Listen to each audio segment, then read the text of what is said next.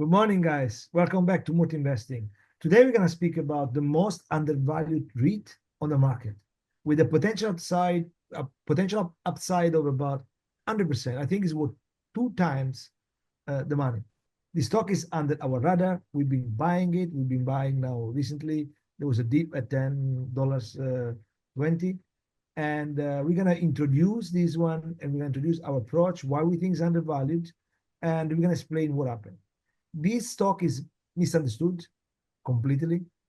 They made a direct listing without any merging acquisition bank. It was a disaster at the beginning. He had some institutional ownership. The market is really concerned about the office REIT, obviously for a good reason. Okay, and they're punishing, all over the market, do this sector, but they know you need to study the company itself and look into the company, and we did that. And this stock is not that bad at all as the market think. It is very undercovered stock, so it's not covered. It's very obscure. There's only 2 analysts, and one is just been recently over it with, of course, target price much higher than the actual price. Let me just give you very briefly the thesis. I mean, we did the adjusted net asset value, or in our way, the value investing way. When you do this, it means you take the balance sheets, you look into the details of the balance sheets. We took property by property, each one, and we checked what's the value. In those kind of REIT, office and industrial as Peakstone, you value the property by 2 ways. The value of the credit of the tenant. So if it's Amazon, if it's I don't know, Apple, if it's any tenant that has the property, and the length, the duration of the contract. Based on the credit of the tenant and the duration, you more or less try to work out the value, understand what is the cap that you actually can sell it. As you can imagine, higher is the cap, and lower is the value of the property. And lower is the cap, higher is the value of the property. We checked what the market was selling those for, and we put a very high cap, trying to be conservative. So we put a very low price for the property, even assuming such a conservative things. And by the way, property were not that bad because some of those were data center, for example, and data centers are quite sticky business and very good business. It's not really to be associated too much with the office one. So you need to go through. That's why we are bottom up, not top down company. You go through the balance sheets, understanding the specific number of that company, not only focusing on the sector. Some company should and are different from others and should be treated at different multiples. Now, so we have an upside of 2 times, maybe 2.5 times, even with a very conservative number that we put on the value of the property. They have a segment which is industrial. They're gonna increase this industrial segment, and their thesis is their work is to switch from sell some of those REIT that are not office property, which are not really going well, and use these funds to move the REIT towards more industrial than office. And actually, Saqib then is going to actually explain what they did recently, indeed, to pursue this objective. And the other segment that they have is 10 property, and for those ones, 8 have no recourse loan. Okay, so basically, what we consider for those ones, basically 0. There is a value left that could be attributed to the REIT, but just for the sake of being very conservative, we avoided to include that. Okay, obviously there is also some issue, and the biggest issue is obviously they are quite leveraged. Okay, but the REIT should be leveraged, but they are quite leveraged, and they have a very good debt set up in terms of cost, because they did an hedge on that. So the cost of the hedge will expire in July 2025, and that could cause an increase in the cost of debt, so on the interest to pay. And I think the market is concerned about that, especially in the recent weeks, due to the bond actually going up, the treasury going up.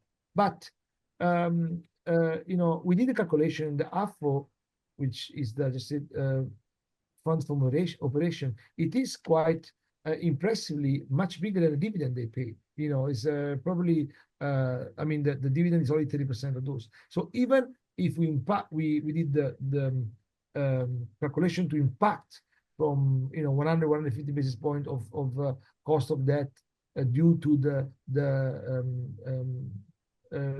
renovation of the debt in July without the possibility of hedging, and still it looks like we are still a dividend which is very well covered.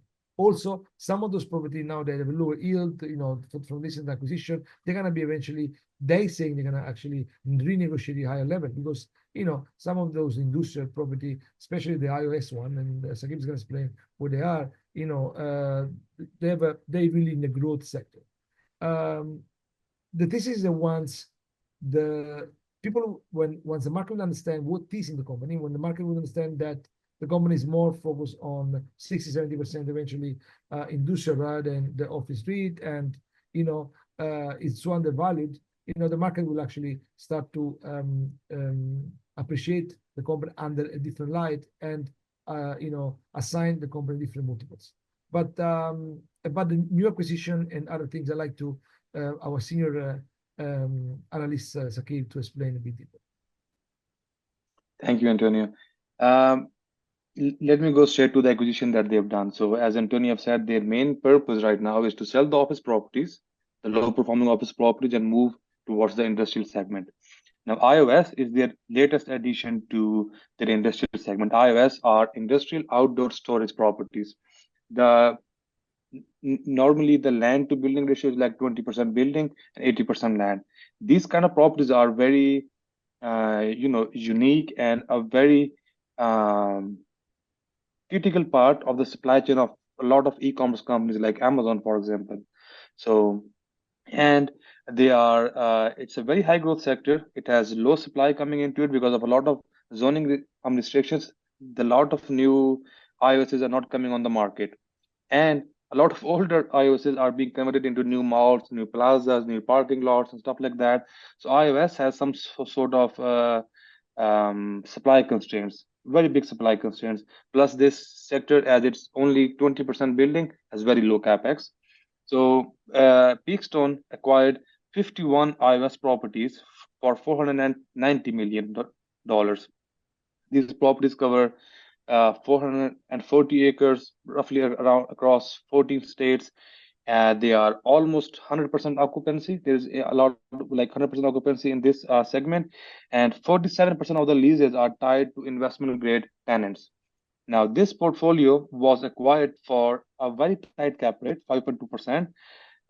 But the management is targeting a yield of around 7 to 7.5 to 8% by renewing these leases. Now, this segment has a weighted average lease term of around 4.5 years. So we do believe that they can get better lease terms by renewing them sequentially. 7 to 8% seems very reasonable. So high barriers to entry in this segment, low supply constraints makes this segment a very good thing for them in the future. Plus, this segment also offers a lot of redevelopment opportunities. They can redevelop them and convert them to other sort of indoor industrial storage units if they deem that possible in the future. So iOS offers a lot of optionality, and this we think is a very very good addition. And after this, now industries make up of around 40 to 50% of the total portfolio. So office is shrinking, industries are going up, and that's our very main theme for our valuation. Now, I'll move towards the capital structure after this deal. The company's net debt increased from 941 million to 1.4 billion, and that has pushed the leverage to like 7.9 times EBITDA. That's a very concerning level, but management has promised to reduce the leverage. First thing now, the company's debt to capital now stands at around 71%, and that is the key risk that we are monitoring. Now, going to the valuation side, as Antonio said, the company has three main segments: industrials, office, and other. I'll start with the office one. We have a holding called NLOP, Net Lease Office Properties. They've been selling office properties for quite some time now. Uh, the average cap rate that they have sold the properties on is around 8.4 to 8.5%.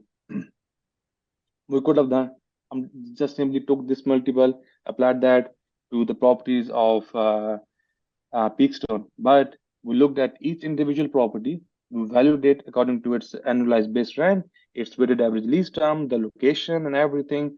And Actually, that's how we while we're come. speaking, we're gonna put the spreadsheet on, and we can go Yeah. through the spreadsheet so we can see how we calculated the value of the property, which was the thing I said before. And we're gonna put in the description the the the spreadsheet so they can download it. Okay, if they come, subscribe to the channel and say send me the spreadsheet. We're gonna send the spreadsheet with the valuation and with the full list of the properties. They can analyze if they change the numbers that they feel with and just comfortable with, and be even more conservative to understand that there's so much value in this company left over the book that is amazing. Once you get the spreadsheets, you'll see the cap rates that we've used. For some of the properties, we've even used 15, 16% properties with like only 2, 3 years left in their lease terms. And the average cap rate that we have used on the office one, on the office segment, is 10.5%. Based on the ABR of 112, we get a valuation of around 1 billion, 1.06 billion. Now remember, this office segment is not your typical office REIT, right? It's 50% of the office segment is headquarters, or R&D centers, research labs. These kind of leases are very sticky. So even though we are using 10.5, it's very high for the quality of the assets that they have in the office portfolio. Now moving on to the industrial one. Industrial one is a very hot sector nowadays. Peakstone has renewed a lease last year in Q2 at 63% premium. So this is a very hot sector, very in demand sector, and the cap rate that we've used there is around 7%, which led to a valuation of like 717 million. Now, almost half of the industrial units are close to are like in the proximity of top US ports. So that highlights the quality of the assets that they have in the industrial segment. Then the third one, the other segment has around 10 properties. I think around six of those have a non-recourse loan to their name, or maybe seven of those. So we have given them, and the other three are basically have no leases to them. They have expired leases, so no tenant, they're empty. So we have assigned a zero value to this segment. This is not correct, but this aligns with our conservative approach to valuation.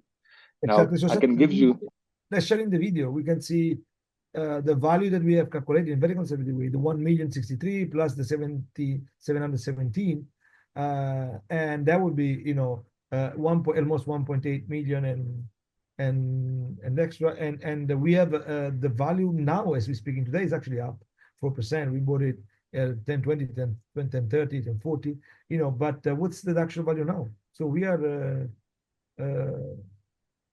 which is the value now of the company versus our value. the value of the company right now is, So we can check live with our audience, and they can see, they're buying something which is actually value.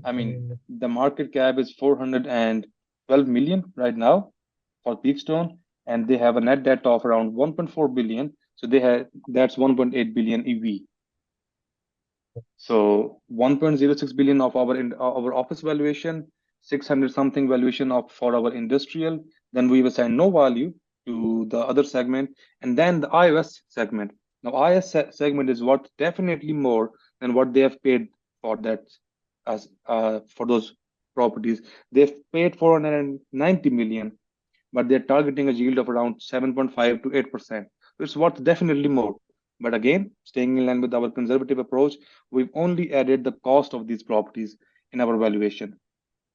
So With the all in price. all, all in all, this comes down to a valuation of around 2179 net asset value per share. That's almost 100% upside from the current prices. Now, just want to highlight one other thing from the other segment. Since we have assigned no value to that segment. After that, the company has sold 3 properties. One was sold for around 20 million, one was sold for around 4 million, and the other one was sold for around $6 to $8 million. Now, that segment does have value. So we have left it as a free option. And Exactly. so that covers our valuation. To conclude it, Antonio, if you want to add something more here. I, this is a net asset value situation. You check what's the real value of the company or the balance sheet versus the actual value. And you have a situation where the free cash flow is quite good. You can pay a very good dividend. You actually, the price of now, as we speak, you get between 8.5%, depending if you buy between 10.50 to 11. And it's a very good dividend, well covered, and safe, even if the interest rate will go higher. What is the risk? The risk is if the interest rate really persists for many, many years, or for more than 2 or 3 years, that can actually impact the value of the company. Still, I think it's worth more, but the biggest risk, I think, is actually the management. We don't understand why the management has no skin in the game and why the management did not buy the stock aggressively and rather, start to buy the uh, the US deal from JP Morgan. I don't know. I think they're more focused on the operation than on the value for shareholder. As a value investor, it's important to understand if this value that the company has can be actually conveyed, transmitted to you as a shareholder, because you need to have a sort of shareholder-friendly politics within the company. Otherwise, there's no point.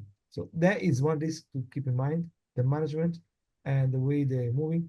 Let's hope that they're going to explain that in the next call, and they're going to explain if they do have intention to actually create value by buying back. Guys, I don't want to know you anymore. Please smash the button. Please smash the button if you actually like the video, and let us know if you want to download the spreadsheet and keep posted, because we're gonna have a few others. We're gonna speak about NLOP, which is a similar REIT but a bit different than this one. We're already over more than 35%. We're already up 35%, but I think there will be even more upside. And the history, we're gonna give an upside on history in the next video. Thank you. And Take care. if you want, just one more thing, if you want more in-depth analysis of Peakstone, we have 2 articles on Seeking Alpha. We'll post the links in the description. So go ahead and please check those as well. Thank you. Thank you.